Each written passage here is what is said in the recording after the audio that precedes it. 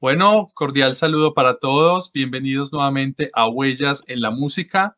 Hoy tenemos un invitado muy especial, el músico mexicano Jorge Suárez, que habita en Manitoba, ¿no es cierto? Los saludo Así desde es. aquí, desde Ottawa, profesor Jorge, y saludo igualmente a Mariana Rocha, quien siempre nos acompaña desde Huellas Mexicanas. Hola, Mariana. Hola, Julián, doctor Jorge, bienvenido. Muchas gracias, Julián, y a Laura también por este espacio. ¿Les parece si comenzamos hablando brevemente sobre su vida, maestro? ¿Cómo llegó aquí a Canadá? ¿Cómo ha sido ese trayecto? Muy bien. Al terminar mi segundo periodo como director de la Facultad de Música de la UNAM en el 1992, entonces quería yo formalizar mi doctorado, porque tenía muchísimos estudios, muchos años de estudio en diferentes partes del mundo, en la Unión Soviética, bueno, ex-Unión, en Rusia, en Moscú, en Estados Unidos, en Europa, en muchos lugares, pero como buen músico que no menospreciamos un poco la parte de burocrática de los estudios, entonces nunca me había preocupado por tener un papelito que dijera que había yo hecho todo eso, ¿verdad? Entonces se abrió la posibilidad de hacer el doctorado en Montreal, en la Universidad de McGill, y entonces esa fue una de las razones. Otra de las razones, quizás, pues no sé si más importante, es que el amor de toda mi vida estaba viviendo en Canadá, en Kingston, y habíamos intentado varias veces casarnos antes, pero 2 veces falló y a la tercera es la vencida. Entonces nos volvimos a encontrar y había la posibilidad de conjuntar las dos cosas, tanto el casarme con ella y al mismo tiempo hacer mi doctorado en McGill. Entonces, gracias a esta conjunción, entonces por eso vine a radicar en Canadá, ¿no? Y esa es la razón por la cual radico aquí, ¿sí? Yo siempre pensé que aunque la música es universal, yo sí quería hacer una cuestión de que principalmente hacer labor en México, porque México necesita muchísimo de la labor de mejorar las condiciones sociales, con la cuestión educativa y desde luego la parte del conocimiento de la música, o sea, tanto en todas sus manifestaciones, tanto en la parte de práctica, la de difusión, como en la parte de educación y en la parte de investigación. Sin embargo, nuevamente, dado esa conjunción de aspectos, entonces no vi como contradictorio el hacer el radicar en Canadá. Sin embargo, ¿Son cuántos años ya? Desde el 92 estoy aquí en Canadá. Primero, hasta el 96 estuve radicando en Kingston, en Ontario, y entonces iba yo 2 o 3 veces a la semana a Montreal para hacer mis estudios formales, ¿verdad? Y después, a partir del 96, ya radico aquí en Manitoba. Cuando vine a hacer mi doctorado, era un poquito ridículo hacer un doctorado sobre música mexicana en una universidad canadiense, ¿sí? Entonces lo extendí a la música de las Américas, ¿sí? Entonces, sí, me concentré en la música de México, la música de Canadá y la música en general de las Américas, ¿sí? Entonces, mi doctorado fue acerca sobre la música de las Américas y de los últimos 50 años, o sea, para precisamente apoyar a los compositores vivos. ¿Sí? Jorge, aunque nos estamos enfocando en Canadá, me parece muy interesante resaltar la parte de su vida en la que estuvo en la UNAM. Un poquitito más de cómo fue ese paso por la UNAM, de qué le dejó la UNAM a usted. Sí, una cosa especial, curiosamente, aunque yo me fui a mis mis primeros estudios a los 11 años. Ya estaba yo viviendo en Filadelfia para empezar mis estudios ya formales musicales.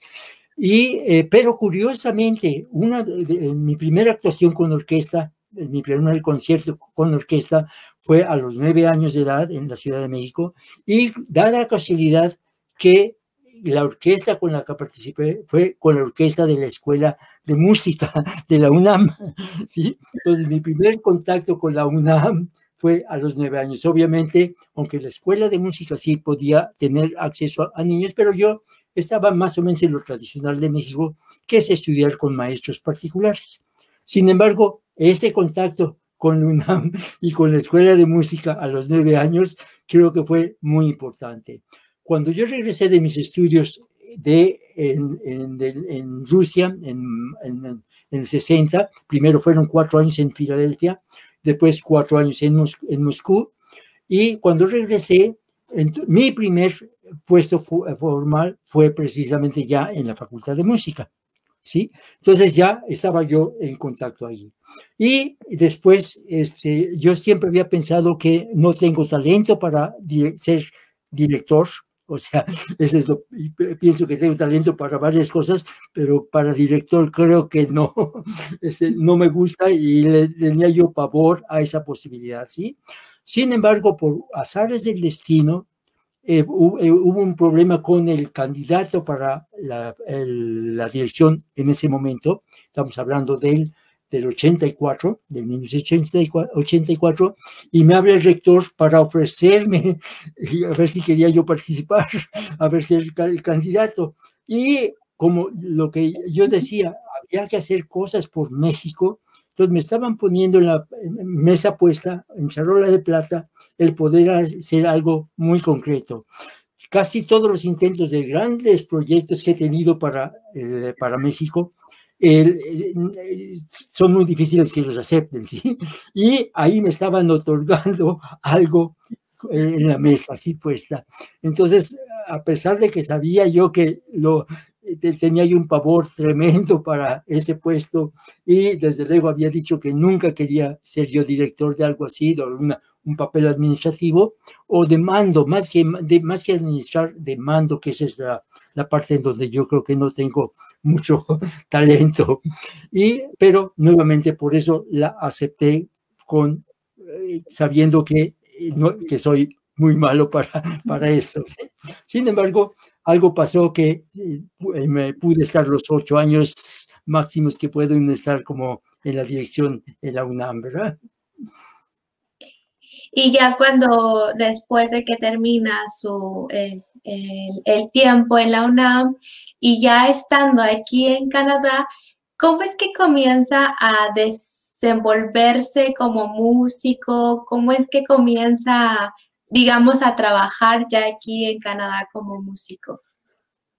Sí, dos aspectos interesantes. Por una parte, tuve nuevamente por mi interés de seguir difundiendo la música de México, y desde luego también la música de Canadá y la música de las Américas ya en ese momento, ¿verdad? Entonces teníamos un gran contacto con la embajada en Ottawa. Entonces había muchos conciertos organizados. Yo siempre tengo una trayectoria grande de participación de los conciertos de México promovidos por la Secretaría de Relaciones Exteriores en el extranjero. Estuve en muchísimas partes del mundo, precisamente tanto como solista como miembro del Trío México, en China, en Rusia, en Europa, en Sudamérica, en Estados Unidos, en Canadá.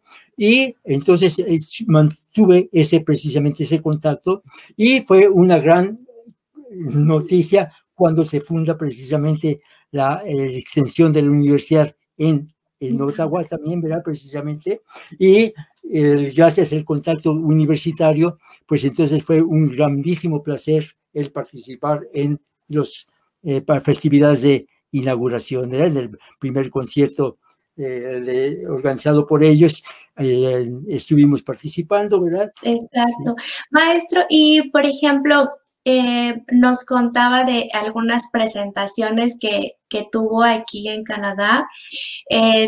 ¿Tendrá algunas en especial, algunas que recuerde mucho?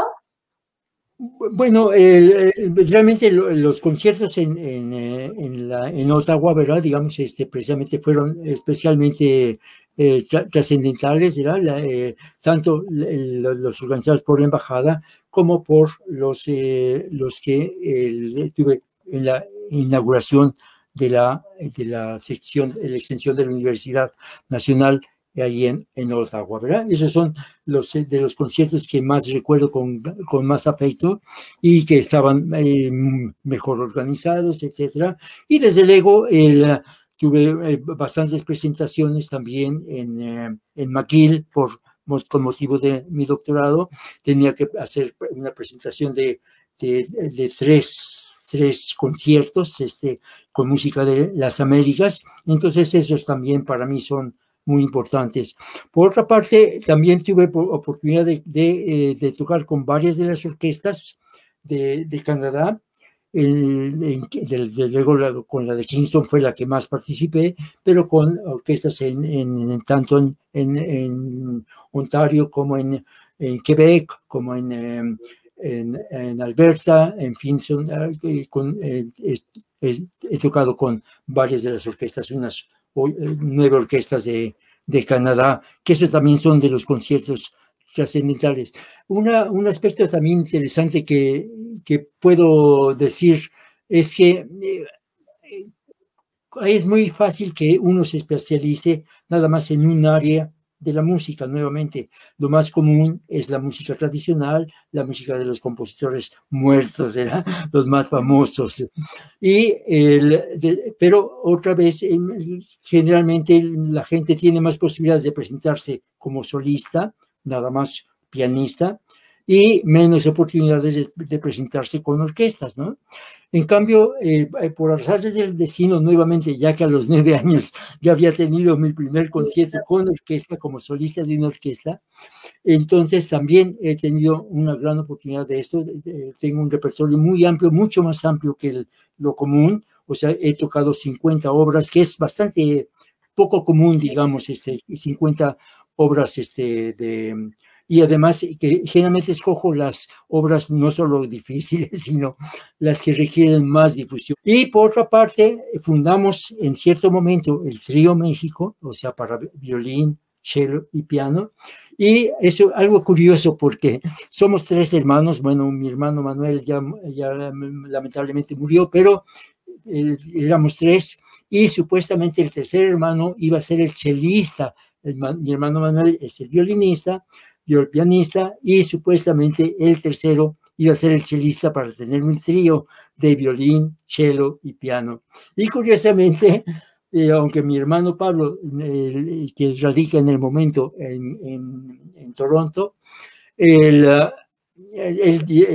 aunque tenía gran talento, él se dedicó a otras cosas, pero curiosamente en cierto momento fundamos el Trío México y curiosamente con esos 3 instrumentos.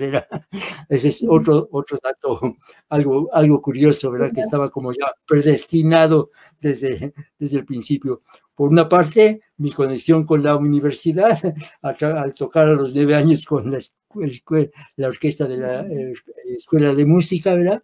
Y por otra parte, por esa orientación hacia el violín, cello y piano, ¿sí? Entonces, ese aspecto. Entonces, mi participación en la música de cámara, en la música como solista de orquestas y como solista nada más piano solo, ha sido más o menos igual de extendida, ¿sí? Tuve el placer de tocar con muchos, sobre todo violinistas de gran fama, como Leonid Kogan, Henrik Schering, que también tenía nacionalidad mexicana, ¿verdad? Aunque él nació en Polonia. En fin, con muchos músicos de gran prestigio pude participar, sobre todo violinistas, pero también con chelistas y con otros tipos de músicos.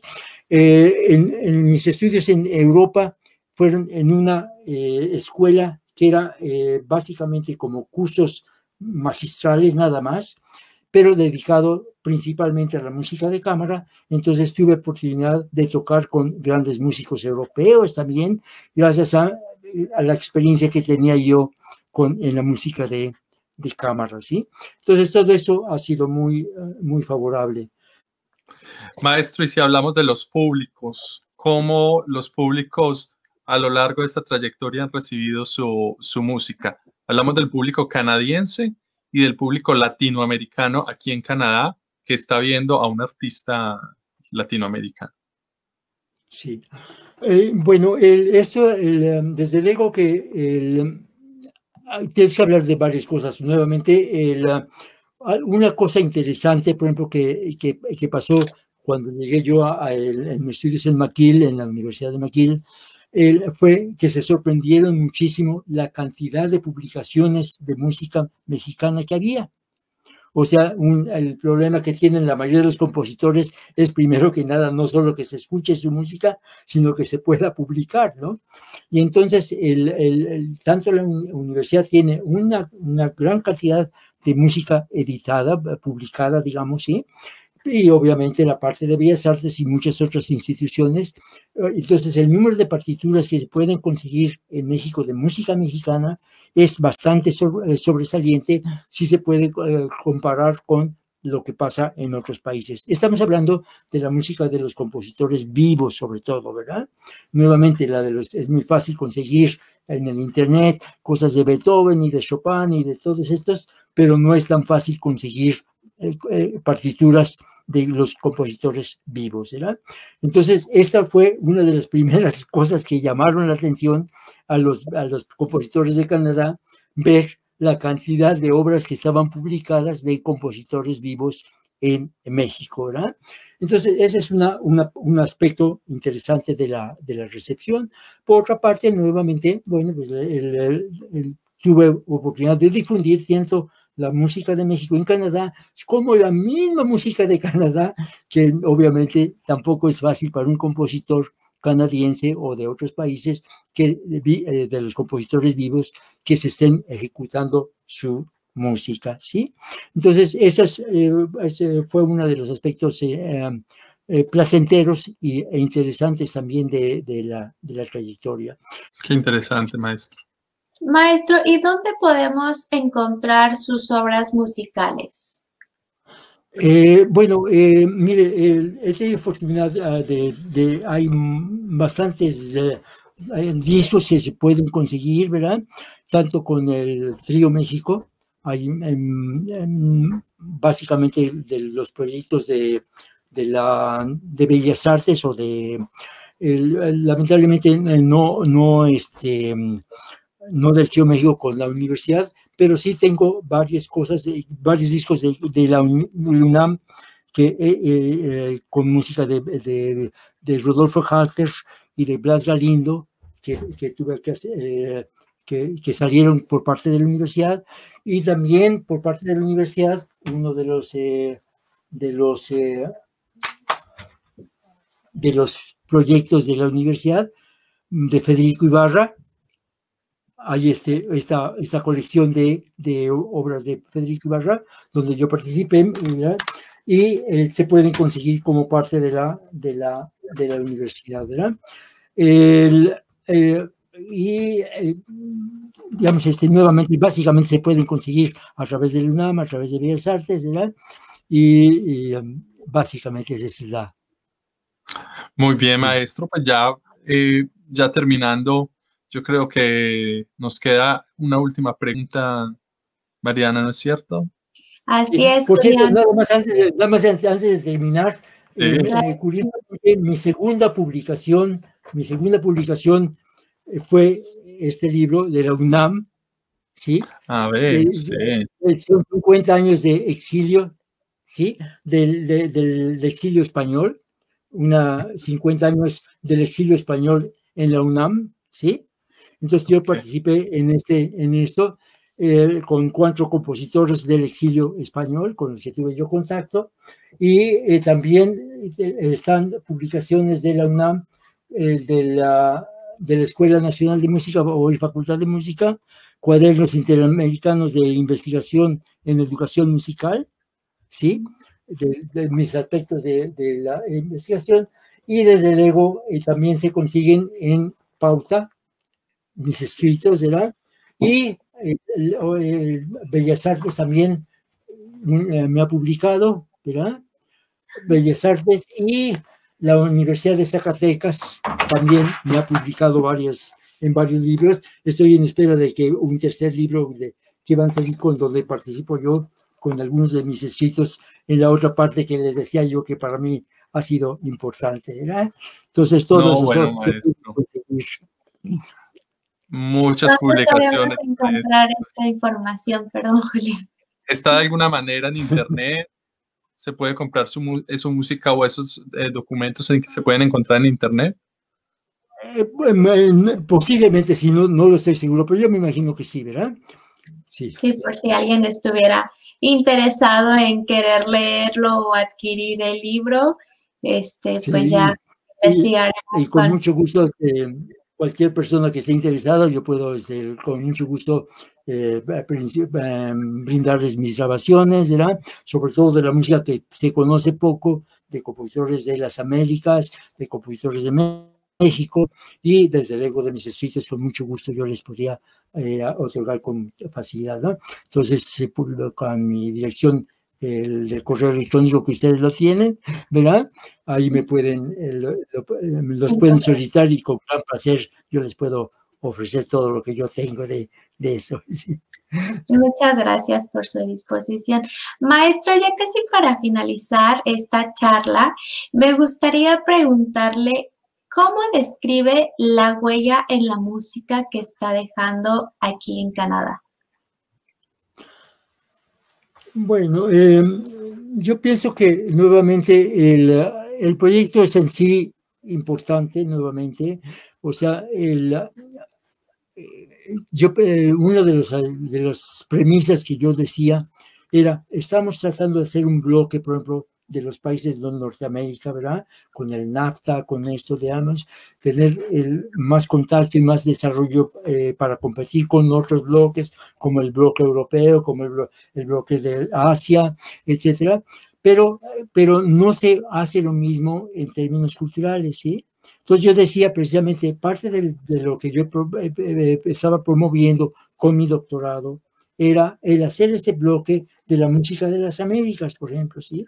Entonces, esto pienso que en teoría podría tener una gran trascendencia, pero nuevamente hay muy pocas gentes que están realmente interesadas en promoverla.